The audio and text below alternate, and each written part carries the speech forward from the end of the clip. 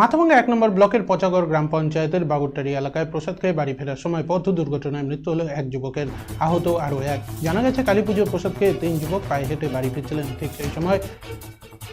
ঠিক সেই সময় বাবুতারি প্রাইমারি স্কুল সংলগ্ন এলাকায় এক বাইক পেছন থেকে এসে ধাক্কা মারে। আহতদের চিৎকারে স্থানীয়রা ঘটনাস্থলে এসে আহতদের উদ্ধার করে মাথাভাঙ্গা মহকুমা হাসপাতালে নিয়ে এলে বিশ্বজিৎ বর্মন নামে এক যুবককে মৃত বলে ঘোষণা করা হয়।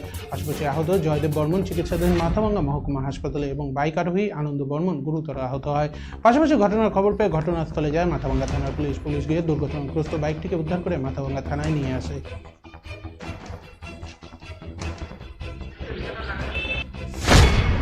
এটা হচ্ছে রাত আনুমানিক 10টার সময় ওই বাবুরটারিতে একটা পুজো চলছে, সেই পুজো কীর্তন চলছে। কীর্তন শুনে রাত আনুমানিক 10টার সময় বাড়ির দিকে যাচ্ছিল মনাতুলি রোডে, পচাগড়েই বাড়ি, মনাতুলি রোড হয়ে তারা যাচ্ছিল, বা সাইড দিয়ে যাচ্ছিল।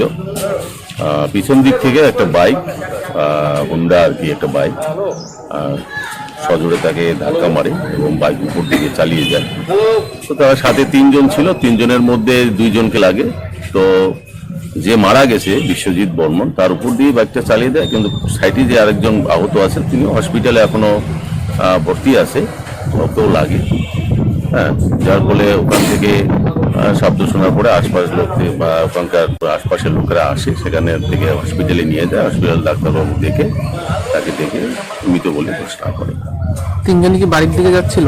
হ্যাঁ, 3 জনেই বাড়ির দিকে যাচ্ছিল, পাশাপাশি বাড়ি ওরা। আর যে বাইকটা লাগিয়ে দিল সে কোথায় যাচ্ছিল? এটা আমি শুনেছি যে কাওয়ারডাড়ায় বাড়ি, বা গ্রাম পোস্ট বড় কাওয়ারডাড়া, মানে ওনার বাড়ি।